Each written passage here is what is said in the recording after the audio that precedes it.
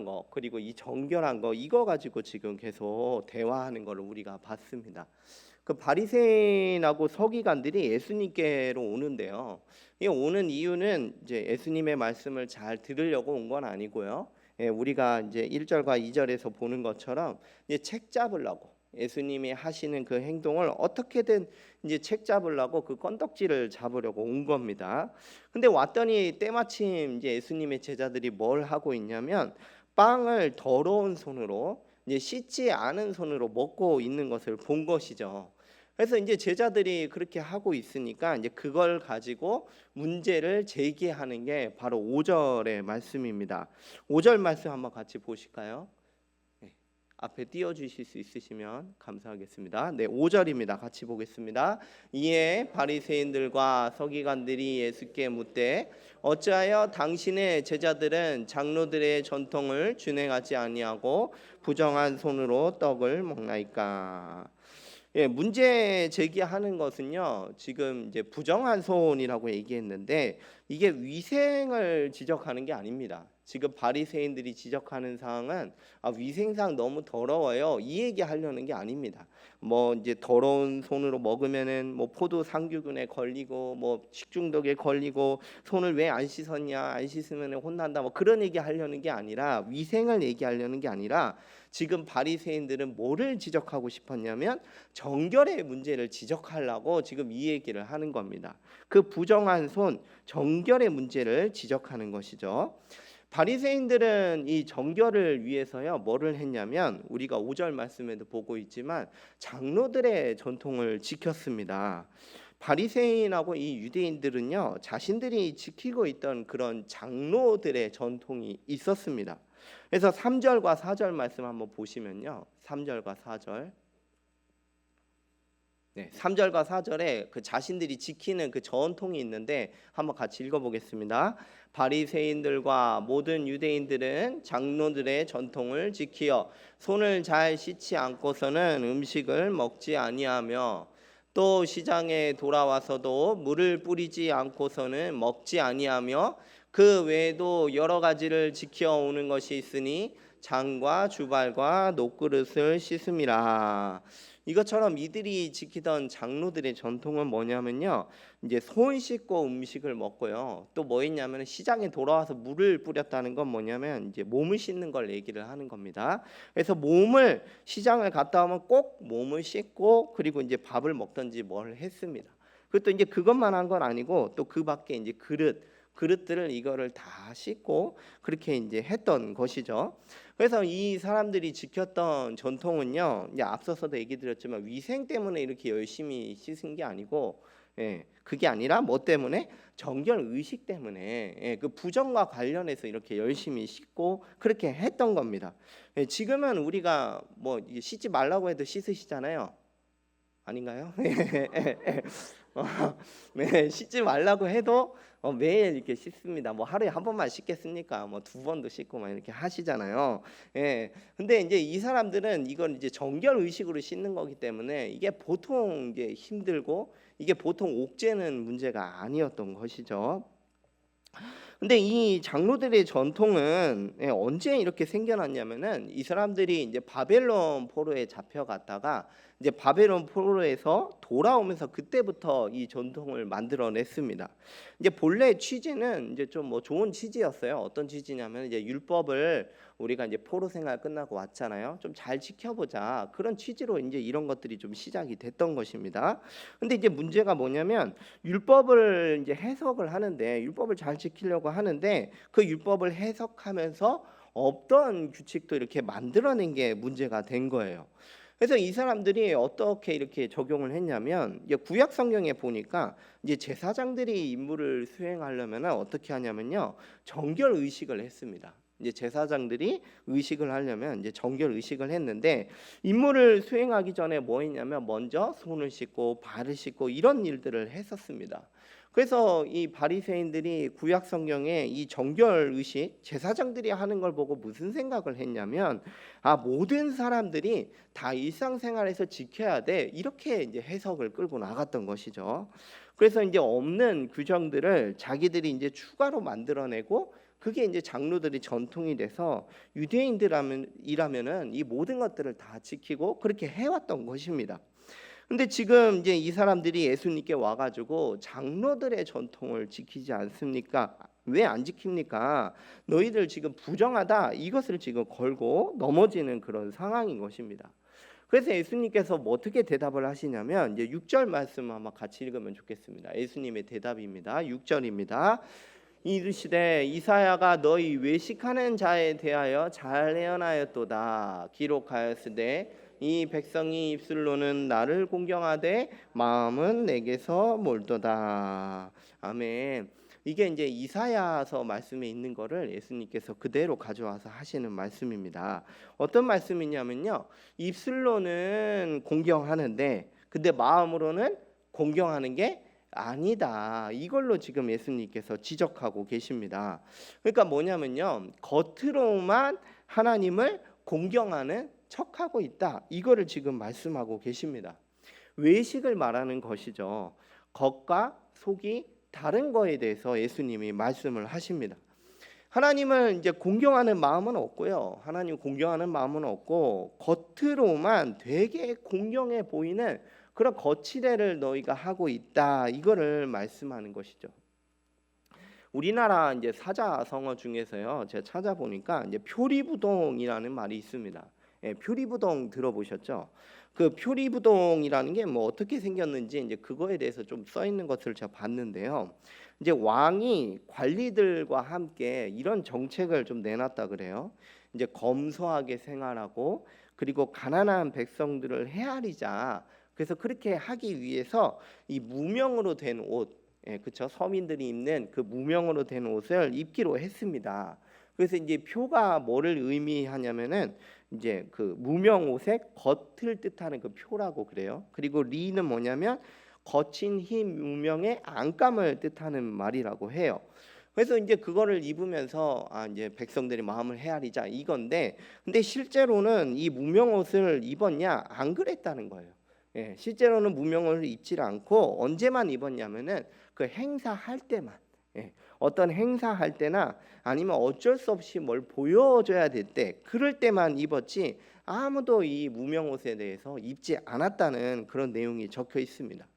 그러니까 백성을 위하는 마음은 없었던 거예요. 백성을 위하는 마음은 없고 그냥 겉보기에 뭐 그런 척만 하는 그런 무명 옷에 지나지 않았던 것입니다. 그래서 이 표리부동의 표자가 무슨 표자면은 이제 겉표자입니다. 이제 한자 아시는 분들은 아시겠지만, 그리고 리는 무슨 리자면은 속리자입니다. 그리고 이제 부가 아닐 부고 동이 같을 동입니다. 그러니까 겉과 속이 어떻다? 예, 다르다라는 그게 한자 뜻입니다. 지금 이 말씀이 뭐를 예수님께서 지적하시는 거냐면 입술로는 하나님을 공경하는 것 같은데 겉보기에는 이제 전통도 열심히 지키면서 손도 씻고 몸도 씻고 뭐 그릇도 씻고 하나님을 공경하는 것 같아요. 그런데 실상 마음은 어떻습니까? 하나님을 공경하지 않는 것, 그것을 지금 말씀하시죠.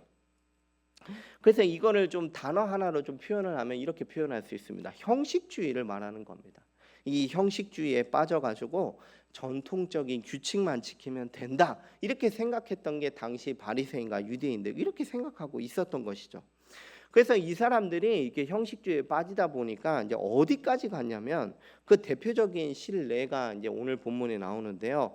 바로 고르반 전통이라는 것도 자기들이 만들어내게 됩니다. 그래서 손 씻는 장로의 전통처럼 이 고르반의 전통도 자기들이 만들어냈는데 그게 이제 11절과 12절, 13절에 있는데요. 예, 띄워주시면 감사하겠습니다. 네, 11절부터 보겠습니다.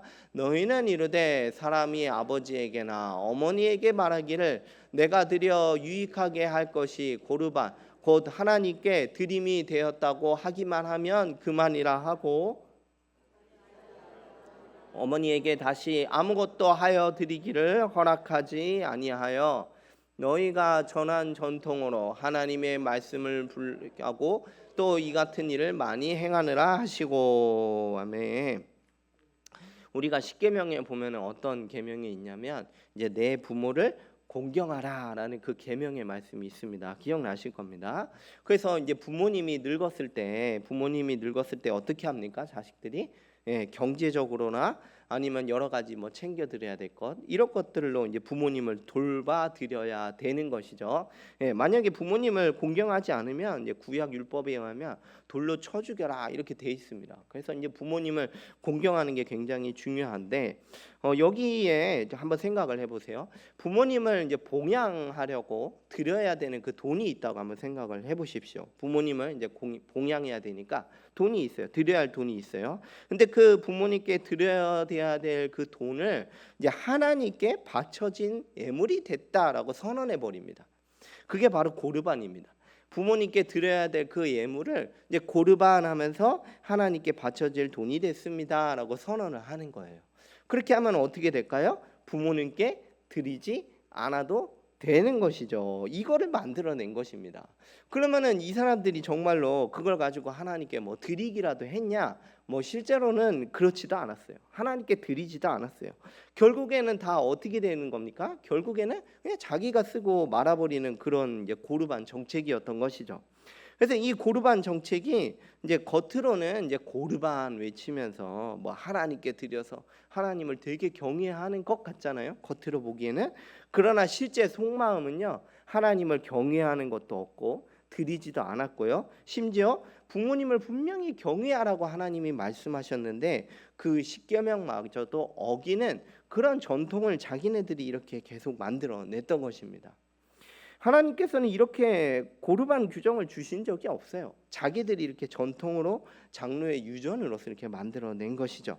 하나님을 공경하는 척만 하고 사람이 만들어낸 전통입니다. 그래서 9절 말씀을 우리가 보시면 9절 말씀에 또 이르시되 너희가 너희 전통을 지키려고 하나님의 계명을 잘 버리는 도다. 전통을 지키려고 도리어 어떻게 돼버렸냐? 하나님의 계명을 무시해버리는 이런 아주 비참한 그런 결과가 나타난 것입니다.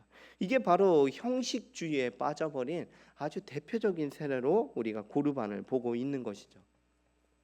우리가 이 말씀을 보면서요, 우리 자신을 좀 돌아보게 됩니다. 뭘 좀 돌아보게 되냐면 이 형식주의에 대해서 좀 한번 생각을 해봤으면 좋겠습니다. 사람이요, 이 형식화되는 게 되게 쉬운 것 같아요. 처음에는 이제 그런 게 아니었을 거예요. 처음에는 되게 좋은 마음으로, 좋은 의도로 좀 시작을 했었을 건데, 근데 이제 점점 이제 시간이 갈수록 그게 계속 형식화에 빠지게 되는 것이죠. 그래서 그런 부분들이 우리 가운데 있지 않나, 그런 것들을 좀 생각해 보게 됩니다. 그 사람의 마음이요, 제가 생각을 해보니까 이게 날마다 새로워지지 않으면, 사람의 마음이 날마다 새로워지지 않으면 나도 모르게 내가 원래 그렇게 의도했던 게 아닌데 점점 이렇게 형식화에 빠져들게 되는 것이죠. 그래서 좀 생각을 해보니까요, 이제 겉으로는 굉장히 열심히 해요. 겉으로는 열심히 하는데 어느 순간 마음은 메말라 있는 것입니다. 그래서 그게 이제 곧 탈진으로 가게 되겠죠. 꾸준히는 합니다. 정기적으로는 대단히 열심히 해요. 근데 어느 순간 마음은 메말라 있는 그런 상황이 되는 것이죠. 그래서 결국에는 뭐만 남게 되냐? 이제 형식만 남게 되는 그런 상황이 발생하게 됩니다. 이게 뭐 옛날에 바리새인들의 이야기만은 아니라고 생각해요. 그게 다 이제 또 제 이야기이기도 하고, 그리고 또 우리 가운데서도 충분히 이런 형식주의가 있을 수 있다. 이런 거를 우리가 좀 생각을 하게 됩니다. 또 우리가 뭐 형식주의를 좀 생각을 해볼까요? 제가 좀 묵상을 해보다가요, 우리가 이렇게 교회에 나와서 이렇게 신앙생활하면서 주님을 경외하고요, 또 주님을 사랑하는 마음으로 순종하지 않습니까? 이런 것들이 우리 가운데 또 나타나고 있죠. 그런데 좀 생각을 해보니까 하나님께 경외하고 순종하고 뭐 그런 모습은 없고요. 그냥 교회에 이제 주일날 한번 나와서, 뭐 그것도 일주일에 한번 나오면 대단한 건데, 이제 교회에 나와서 예배 한번 참석하고 마는 것이죠. 제가 얘기하는 게 뭔 이야기인지 좀 이해하셨을 거라고 생각해요. 이 형식주의를 제가 얘기를 하는 겁니다. 진실되고 하나님을 사랑하고 순종하기보다는 그냥 이제 뭐 지옥을 면할 정도로만 좀 나와서 예배드리고 그냥 그 정도 선에서 멈추는 거예요. 그래서 우리가 이 형식주의를 좀 생각을 해보면서 마음을 점검하고 내가 정말 진실된 마음으로 사랑하는 마음으로 순종하기를 애쓰는 우리들이 모든 성도님들이 되기를 바랍니다. 조금 더 좀 살펴보면요. 그러면 지금까지 바리새인들은 이 전통 얘기를 했습니다. 이제 손 씻지 않으면 이제 부정하다, 더러워진다. 이런 이제 형식주의를 이제 계속 얘기했고, 그래서 예수님께서 이 형식주의에 대해서 지적을 하셨습니다. 근데 이번에는 예수님께서 무리를 가까이 부르셔서 이런 말씀을 하세요. 정말 사람을 더럽히는 건 뭐냐? 진짜 사람을 더럽히는 게 뭐냐? 너희들이 뭐 얘기하는 뭐 손 안 씻고 이런 거는 그냥 너희가 만들어낸 전통이고 그거는 다 형식주의고, 진짜 사람을 더럽게 하는 게 뭐냐? 그거에 대해서 예수님께서 직접 말씀을 해주십니다. 정말 사람을 더럽게 하는 게 뭘까요? 14절과 15절, 16절 말씀 같이 읽어보겠습니다. 14절부터 무리를 다시 불러 이르시되 너희는 다 내 말을 듣고 깨달으라. 무엇이든지 밖에서 사람에게로 들어가는 것은 능히 사람을 더럽게 하지 못하되 사람 안에서 나오는 것이 사람을 더럽게 하는 것이니라 하시고. 아멘. 정말 사람을 더럽게 하는 거는 이제 장로들의 전통이 아니었어요. 그 더러운 손이 사람을 더럽게 하는 게 아니었어요. 뭐가 사람을 더럽게 합니까?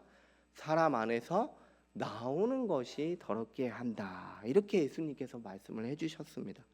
여러분, 이 말씀을요, 이제 제자들이 좀 이해를 못했습니다. 사실은 알아듣지를 못했어요. 그래서 이 제자들이 재차 예수님께 다시 물어봐요. 예수님한테 혼날 걸 각오하고 다시 물어봅니다. 그때 또 예수님께서 또 친절하게 또 다시 이거를 설명을 해주십니다. 18절과 19절 한번 같이 보시겠습니다. 18절과 19절 같이 읽겠습니다.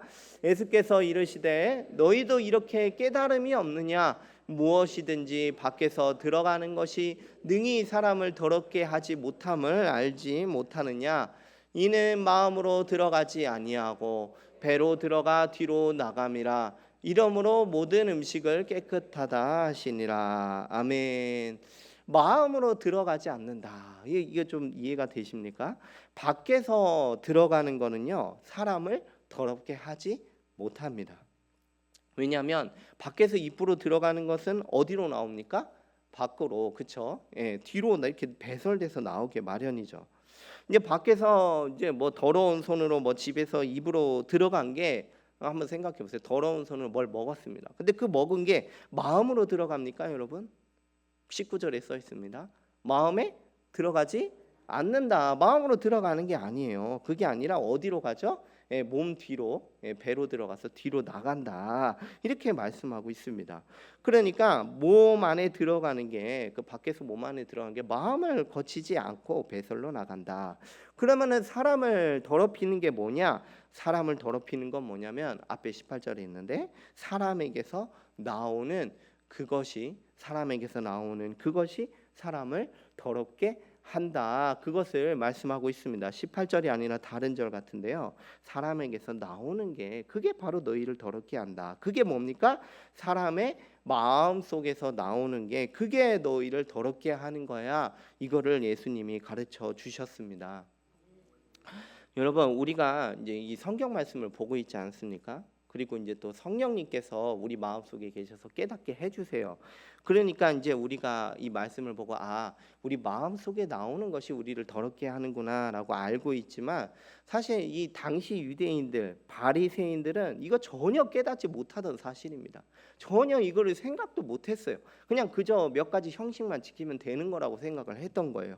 심지어는 누구도 깨닫지 못했냐면은 예수님을 지금 쫄래쫄래 따라다니고 있는 이 제자들조차도 이 마음 속에서 더러운 게 나온다는 걸 전혀 생각을 못하고 있는 겁니다. 그냥 그저 몇 가지 형식만 지키면 그걸로 정결하다고 생각을 하고 있었던 거예요. 오죽하면 예수님께서 이렇게 말씀을 하세요. 다 내 말을 듣고 깨달아라, 깨달아라, 좀 깨달아라. 예수님께서 오죽하면 이렇게 말씀하시는 겁니다. 사람을 더럽게 하는 거는 더러운 손이 아니라 더러운 마음이고, 그리고 그 더러운 마음에서 나오는 것들이 사람을 더럽힌다. 이것을 우리에게 말씀해 주셨습니다. 그러면 여러분, 사람의 그 마음 속에서 뭐가 나올까요? 여러분 한번 보시겠어요? 사람의 마음 속에서 뭐가 나올까? 21절과 22절과 23절입니다. 네, 21절, 22절 같이 읽겠습니다. 속에서 곧 사람의 마음에서 나오는 것은 악한 생각, 곧 음란과 도둑질과 살인과 반응과 탐욕과 악독과 속임과 음탕과 질투와 비방과 교만과 우매함이니. 이는 모든 것이 악한 것이 다 속에서 나와서 사람을 더럽게 하느니라. 아멘. 더럽지 않습니까, 여러분? 이거 읽기만 해도 참 이 잠깐만 생각해봐도 참 더러운 것 같아요. 사람의 그 더러운 마음에서 뭐가 나오냐? 바로 이런 것들이 나온다. 예수님께서 말씀해 주셨습니다. 우리가 이거를 이제 시간상 다 보지는 못하지만 하나씩 잠깐만 생각을 해봐도 야, 이게 얼마나 더러운가? 이것들이 다 사람의 마음에서 나오는 거구나. 이거를 우리가 생각해 볼 수 있습니다. 사람의 마음은요 부패했어요. 여러분, 사람의 마음은 부패했습니다. 그 부패한 마음에서 생각과 말과 행동들이, 그 모든 악한 것들이 다 이 안에서 이렇게 나오는 것이죠. 이것들이 다 사람이 더러움을 증명하고 있습니다. 여러분, 사람이 원래부터 이렇게 마음이 부패했을까요? 사람의 마음이 원래부터 이렇게 악하고 더러웠을까요? 사실 그렇지 않았죠. 하나님께서 처음 사람을 만드셨을 때는 정말 선하게 우리를 창조해 주셨습니다. 하나님의 형상을 따라 선하게 창조해 주셨고, 죄라는 게, 죄성이라는 것도 우리 가운데 없었어요. 그런데 이제 아담의 범죄로 말미암아 모든 인류가 부패로 떨어지면서 이제 그때부터 이 부패한 마음을 가지고 태어난 겁니다. 에레미야 17장 9절 말씀에는 이 사람의 마음에 대해서 아주 정확하게 지적하고 있습니다. 같이 한번 읽어보겠습니다. 만물보다 거짓되고 심히 부패한 것은 마음이라 누가 능히 이를 알리오마는. 아멘. 아담의 범죄 이후에 이 사람의 마음이 이렇습니다. 어떻습니까? 모두가 이렇게 부패했습니다. 어떻게 부패했어요? 심히 부패했다 말씀하고 있습니다. 이거는요, 이제 아이라고 예외가 없어요. 아이라고 예외가 없고 모두가 다 심히 부패한 마음을 가지고 있습니다.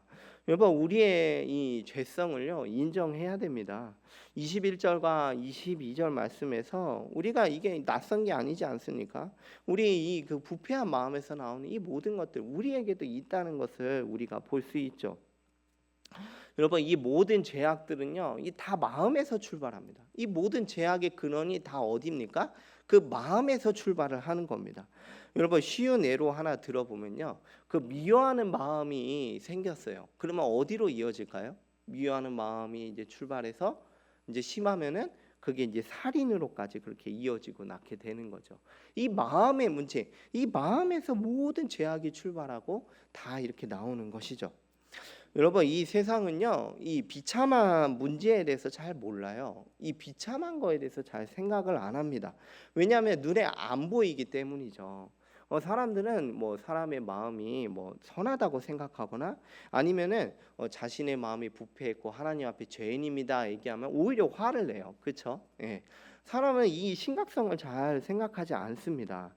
사람의 마음이 얼마나 부패했고요, 더러운지를 깨닫지 않습니다. 그냥 어떻게 여기냐면은 이런 이제 죄나 이런 거에 대해서 그냥 단순한 좀 실수 정도로 생각을 해요.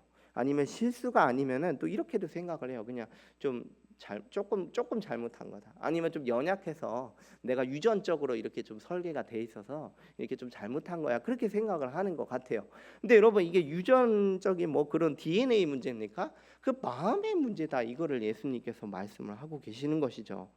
이 사람의 마음이 얼마나 부패하고 타락했고 또 이것 때문에 이렇게 수많은 죄들을 짓고 사람을 더럽히고 있다. 이거를 성경이 분명하게 말하고 있습니다.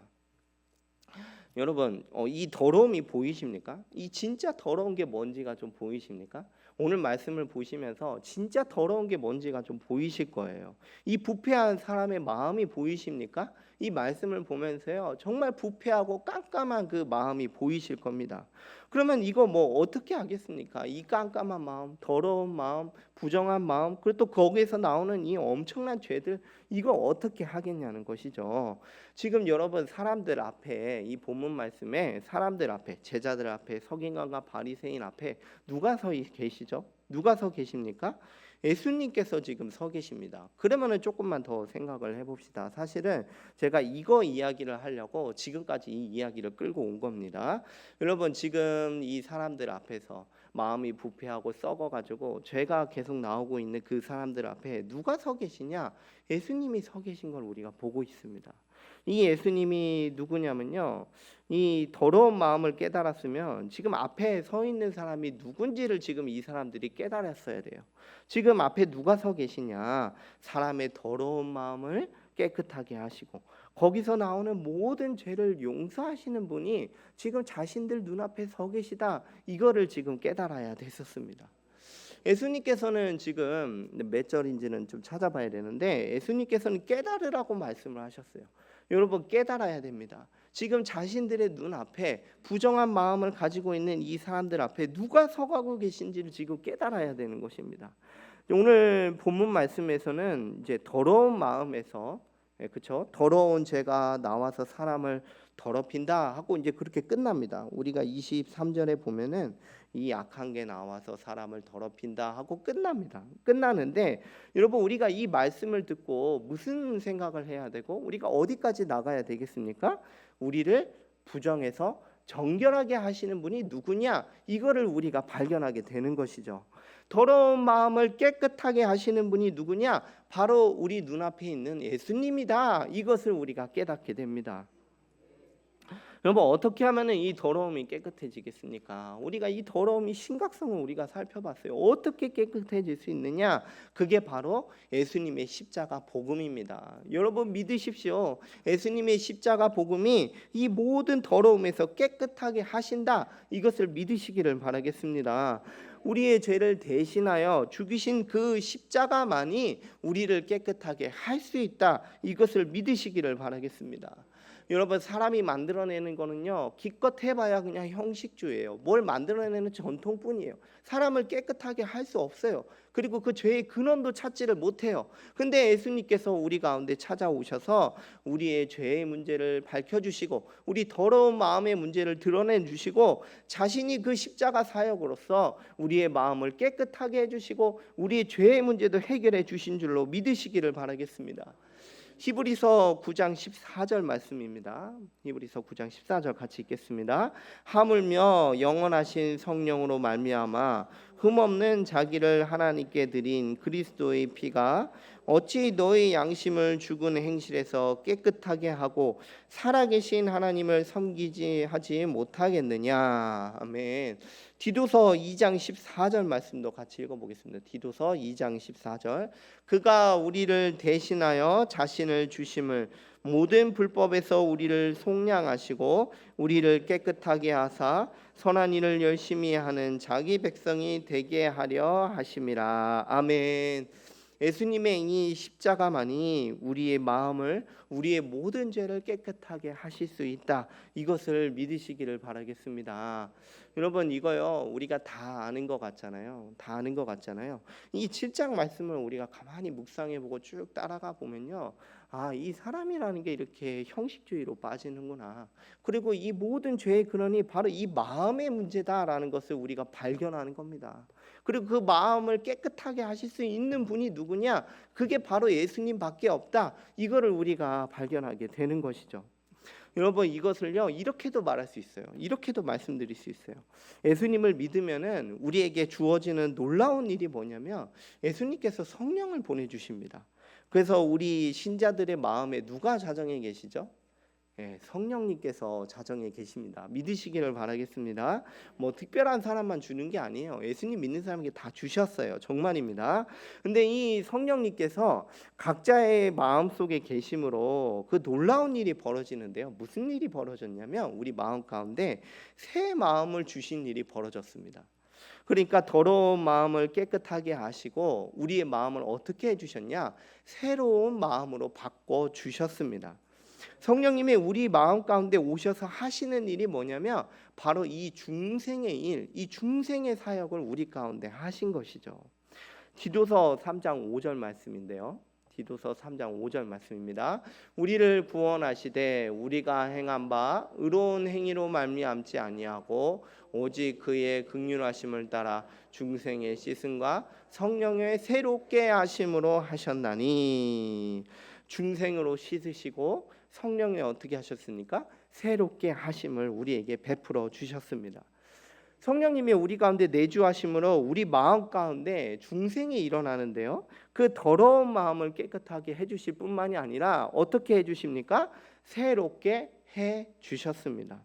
새롭게 해 줄게가 아니라 새롭게 해 주셨다는 걸 믿으시기를 바라겠습니다. 여러분, 이거 우리가 할 수 있을까요? 여러분, 사람이 이거를 할 수가 있을까요? 마음을 새롭게 하는 거요. 우리가 할 수 있을까요? 그거요, 사람이 못 하는 겁니다. 여러분, 우리가 7장 말씀 보지 않았습니까? 정말 율법이라면 정말 열심히 연구하고 탁월한 사람이 이 바리새인과 유대인들이었어요. 근데 그 사람들은 그 마음을 새롭게 할 능력이 없었습니다. 구약 시대부터 내내 하나님께 반역하고 하나님께 불순종하며 살다가 기껏 한다는 게 그냥 형식주의에 빠져가지고 그냥 그게 전부인 줄 알고 살아갔던 게 바로 이 사람들입니다. 근데 여러분, 이 마음을 새롭게 하는 거, 이걸 깨닫지도 못하고 하지도 못하는 그런 사람들인데 바로 예수님께서 이 땅에 오시고 십자가의 그 사역으로 우리를 깨끗하게 하시고 성령님을 우리 마음 가운데 부어주셔서 우리의 마음을 새 마음으로 바꿔주신 줄 믿으시기를 바라겠습니다. 그게 바로 은혜고 바로 우리에게 주어진 선물입니다. 에스겔서 36장 26절 말씀입니다. 36장 26절 27절입니다. 새 영을 너희 속에 두고 새 마음을 너희에게 주되 너희의 육신에서 굳은 마음을 제거하고 부드러운 마음을 줄 것이며 또 내 영을 너희 속에 두어 너희로 내 율례를 행하게 하리니 너희가 내 규례를 지켜 행할지라. 아멘. 드디어 우리가 하나님을 사랑함으로 주님의 말씀에 순종하고 주님의 계명을 지킬 수 있는 사람으로 바꿔주신 겁니다. 어떻게 해요? 우리의 마음을 바꿔주심으로 우리의 마음에 새 마음으로 창조해 내심으로 말미암아 우리가 이제 드디어 순종하는 자로 바꿔주셨다. 이 놀라운 선언을 하고 계십니다. 여러분, 이런 생각을 좀 하는 것 같아요. 우리가 하나님의 말씀에 이제 순종할 수 없다, 할 수 없는 거야라고 생각하는 것 같아요. 근데 여러분, 이걸 믿으셔야 됩니다. 우리가 새 마음이 돼서 하나님의 말씀에 순종할 수 없다가 아니라 순종할 수 있다. 이것을 정말 마음에 깊이 새기시고 믿어야 되는 겁니다. 여러분, 우리가 물론 경험을 많이 해봤어요. 죄 짓는 경험 많이 해보셨잖아요. 물론 제가 그렇습니다. 제가 죄 짓는 경험 정말 많이 해봤습니다. 근데 여러분, 그 결론이 뭡니까? 우리는 죄 질 수밖에 없다입니까? 그게 아닙니다. 성경이 선언하는 거는 너희에게 새 마음을 줬다. 그러므로 이제는 하나님께 순종하며 살아갈 수 있다. 너희가 순종한다. 이것을 우리에게 말씀하는 겁니다. 우리가 경험에 비추어서 생각하는 게 아니라 하나님이 우리 성령을 통해 하신 그 말씀, 행하신 것, 이거를 기대어서 우리가 믿을 때 이렇게 살아갈 수 있는 것입니다. 요한일서 3장 9절 말씀을 좀 한번 읽겠습니다. 요한일서 3장 9절. 하나님께로부터 난자마자 죄를 짓지 아니하니 이는 하나님의 씨가 그의 속에 거하며 그도 범죄하지 못하는 것은 하나님께로부터 났음이라. 아멘. 네, 우리는 누굽니까? 하나님께로부터 난 자입니다. 중생한 자입니다. 중생한 자, 그렇죠? 그 새 마음을 받은 자입니다. 그래서 여기서 죄를 짓지 않는다, 범죄하지 못한다, 이거는 이제 아예 죄를 안 짓는다는 말은 아니고 어떤 의미냐면 근본적인 성향이 바뀌었다는 것을 말하는 겁니다. 그래서 우리 아이 근본적인 성향이 바뀌어서 옛사람처럼 죄만을 위해서 살아가는 사람이 아니라 이제 거룩한 삶을 소망하고 흠모하는 그런 존재가 됐다라는 걸 선언하는 말씀입니다. 이제 새 마음을 받아가지고요, 이제는 거룩한 삶을 살아가는 그런 존재들이 됐다, 이거를 선언하는 말씀이 바로 이겁니다. 근본적인 변화가 우리 가운데 일어난 것이죠. 여러분, 우리가 정말로 이 열매를 맺고 있다는 것을 믿으셨으면 좋겠습니다. 우리가 죄를 지을 수밖에 없다가 아니라 우리가 정말로 이 성령의 열매를 맺고 있구나, 우리가 새 마음이 됐구나, 이런 역사가 우리 가운데 일어났구나, 이거를 믿으셨으면 좋겠습니다. 갈라디아서 5장 22절과 23절인데요. 마지막으로 이 말씀 한번 같이 읽어봤으면 좋겠습니다. 오직 성령의 열매는 사랑과 희락과 화평과 오래 참음과 자비와 양성과 충성과 온유와 절제니 이 같은 것을 금지할 법이 없느니라. 아멘. 우리 가운데 이런 성령의 열매가 나타나고 있음을 믿으시기를 바라겠습니다. 우리 가운데 이 사랑 나타나고 있지 않습니까? 희락 나타나고 있지 않습니까? 화평 나타나고 있지 않습니까? 이 모든 열매들이 우리 가운데 나타나고 있다. 이거를 믿으시기를 바라겠습니다. 정말로 우리 가운데 이런 열매들이 나타나고 있어요. 원래는 그러지 못하던 자들인데 예수님께서 우리 죄를 사하시고 성령을 부으심으로 말미암아 우리의 마음이 새 마음이 돼서 이런 열매를 맺고 있다. 이거를 믿으시기를 바라겠습니다. 이 더러운 마음을 깨끗하게 하시고 새 마음을 주신 것을 믿으시고 의의 열매, 선한 열매, 성령의 열매를 주렁주렁 맺으시는 성도님들이 되시기를 바라겠습니다. 오늘 이제 기도했으면 좋겠는데요. 오늘 기도하실 때 먼저는 뭘 가지고 기도하냐면 이 형식주의 가지고 같이 기도했으면 좋겠습니다. 형식주의가 있는지 한번 돌아보시고 형식주의가 아니라 이 진실된 마음으로 사랑의 마음으로 주님의 말씀에 순종하기를 애쓰게 해달라고 기도하시고요. 또 두 번째로는 우리가 이 죄를 좀 회개하는 시간을 가졌으면 좋겠습니다. 그 악한 생각, 그 마음에서 나오는 그 곧 음란, 도둑질, 살인, 간음, 탐욕이요, 또 악독이요, 속임, 음탕, 질투, 비방, 교만, 우매함, 이것들은 마음에서 나오는 더러운 것들입니다. 이것들을 우리가 또 이 시간에 회개하면서 기도했으면 좋겠습니다. 마지막으로 이제 기도하실 때요, 세 번째는 이제 새 마음을 주셨다. 이것을 믿게 해달라고. 여러분 믿으셔야 됩니다. 새 마음을 주셨다. 이것을 믿게 해달라고 기도하시고 그러므로 거룩의 열매, 의의 열매, 선한 열매를 많이 맺게 해달라고 기도하셨으면 좋겠습니다. 이 시간에 우리 찬양 한번 부르고 이제 같이 기도했으면 좋겠는데요. 찬송가 436장 우리 같이 힘차게 좀 찬양하고 우리 주여 세 번 외치고 같이 기도하겠습니다.